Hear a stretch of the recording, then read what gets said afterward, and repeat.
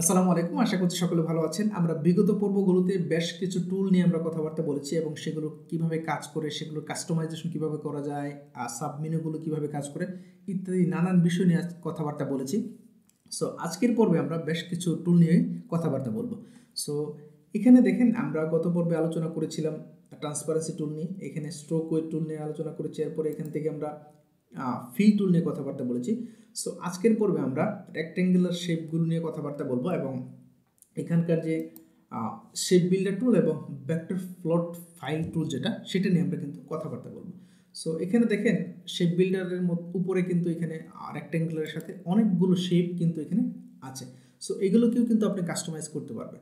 So এখানে দেখেন rectangular, ellipse, round rectangular, triangle, diamond, বিভিন্ন ধরনের পলিগন, স্টার, এরো, বিভিন্ন ধরনের শেপ কিন্তু এখানে আছে। সো আপনি এখান থেকে ধরুন আমরা একটা ইলিপস টুল টানলাম, ইলিপস শেপ আমরা টানলাম বেসিক্যালি। সো এটাকে আমরা এখান থেকে ছোটো বড়ো করতে পারতেছি। এটাকে আমরা এখানে সিলেক্ট করার পরে এখান থেকে আমরা এটার স্ট্রোকটা বাড়াতে কমাতে পারতেছি। So amazing. সো এটা স্ট্রোকটা বাড়াতে কমাতে পারতেছি। আমরা এটাকে কনভার্ট করতে পারতেছি।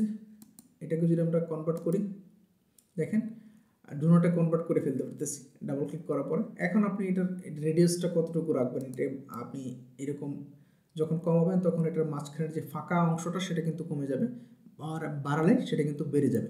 সো আপনি এখান থেকে চাইলে এটার যে অ্যাঙ্গেল সেটাও আপনি চেঞ্জ করতে পারবেন, যে আপনি অ্যাঙ্গেল কতটুকু রাখতে চান। ধরেন আমি এখানে একেবারে 28% অ্যাঙ্গেল রাখতে চাই।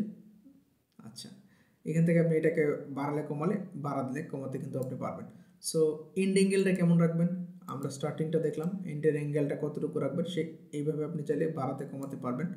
এখানে টোটাল অ্যাঙ্গেল কত হবে সেটা আপনি এখান থেকে কাস্টমাইজ করতে পারবেন। ধরুন আমি এখানে ক্লিক করলাম যে টোটাল অ্যাঙ্গেল কতটুকু থাকবে, এখানে 203% থাকবে। আপনি এটাকে ইনভার্ট করতে পারবেন।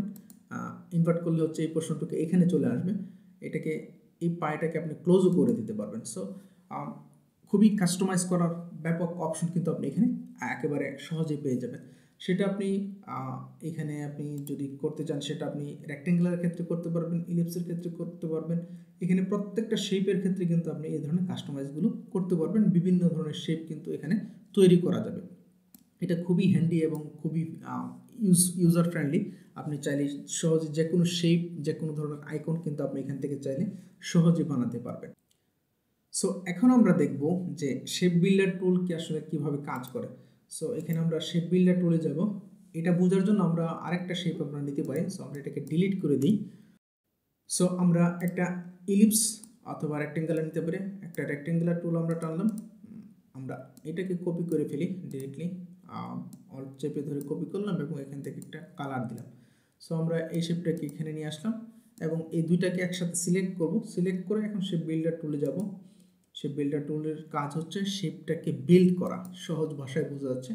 সো আমি যদি এভাবে টেনে ধরি তাহলে এটা একটা শেপে রূপান্তর হবে, দুইটা কিন্তু একই শেপ হবে। সো এই কাজটা কিন্তু আমরা আরেকভাবে করতে পারি, এরকম যদি আমরা এটাকে ধরি, এবার ডিভাইড থেকে আমরা এই অপশনটা পাবো অ্যাড, তাহলে একই কাজ কিন্তু এখানে হয়ে যাবে। সো এখন আমরা এই শেপ বিল্ডার টুলের কাজ দেখলাম। শেপ বিল্ডারের কাজটা একেবারে ওয়ান কাইন্ড অফ জয়েন্টের মতোই। সো এখন আমরা দেখব যে আমাদের ভেক্টর প্লট ফিল যে টুলটা আছে সেটা আসলে কিভাবে কাজ করে। সো এটাকে আমরা সিলেক্ট করলাম। এখন আমরা এখান থেকে কালারটা চেঞ্জ করব, ধরেন এই ধরনের এই কালারটা।